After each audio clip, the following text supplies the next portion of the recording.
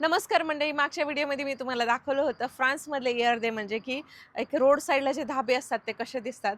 तर आम्ही आता आलेलो आहोत स्वित्झर्लंडमध्ये आणि सगळ्यात आधी आम्ही थांबलो होतो एका छान रोड साईडला. आम्हाला चांगलं हॉटेल दिसलं, त्याला एअरदे म्हणतात इथे. आणि एअरदे बघितलं ना, एवढं सुंदर एअरदे आहे. खरंच स्वित्झर्लंड खूप खूप सुंदर आहे ना, याच्यामुळेच म्हणतात. मी तुम्हाला बाजूचा व्ह्यू दाखवते.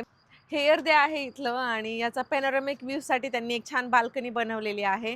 इथून दाखवलेलं आहे. इथून छोटी छोटी तुम्हाला घरं दिसतील, पुन्हा हायवे दिसतोय आणि अजून हा पॅनोरॅमिक व्ह्यूसाठी त्यांनी चांगली गॅलरी बनवलेली होती.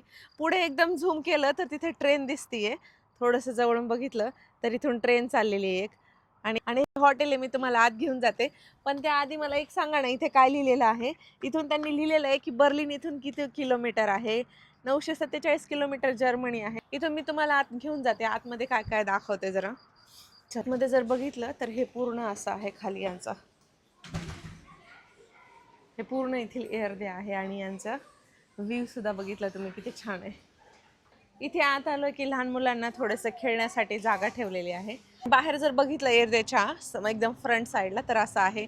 सगळीकडून डोंगर आहेत, हिरवेगार डोंगर आहेत आणि इथे गाड्या पार्क करायची, पुन्हा पेट्रोल पंप अशी सोय आहे.